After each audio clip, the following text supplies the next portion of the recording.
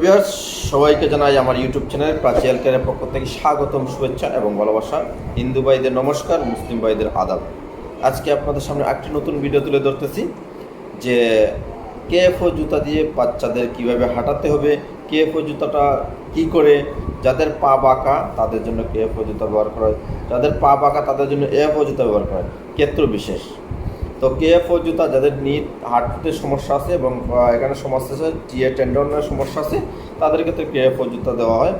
তো কেএফও জুতা দুটা টিএটা টাইটনেস লুজ করবে এবং যে এটা লুজ করবে, যার কারণে সোজা হবে যে হাঁটু রেট ভাঙা থাকে। হাঁটু অনেক কিছু হাঁটতে গেলে হাঁটু ভেঙে পড়ে যায়, তাদের ক্ষেত্রে কেএফও জুতা দেওয়া হয়।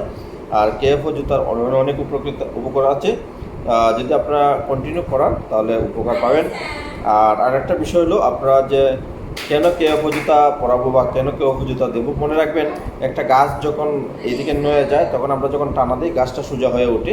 তো তদ্রূপ আমরা প্রতিটা ডিভাইস খুবই প্রয়োজন প্রতিবন্ধী শিশুদের ক্ষেত্রে।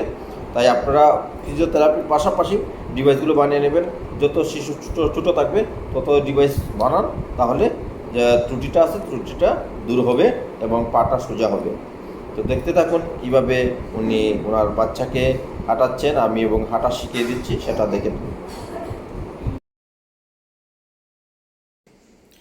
আপনাদের সামনে যে শিশুটা আমরা দেখাচ্ছি, দেখেন ওর সমস্যা হলো দাঁড়াতে পারে না এবং হাঁটুতে সমস্যা এবং পায়ের গোড়ালিতে সমস্যা, যার কারণে আমরা কেএফও জুতা দিচ্ছি। কেএফও জুতা দিয়ে বাসা বাড়িতে কীভাবে হাঁটাতে হবে সেটা আমরা শিখিয়ে দিচ্ছি স্টেপ বাই স্টেপ। আর পাশাপাশি ব্যায়ামগুলো কীভাবে দিতে হয় এই ধরনের ভিডিও আমরা আপনাদের সামনে তুলে ধরতেছি।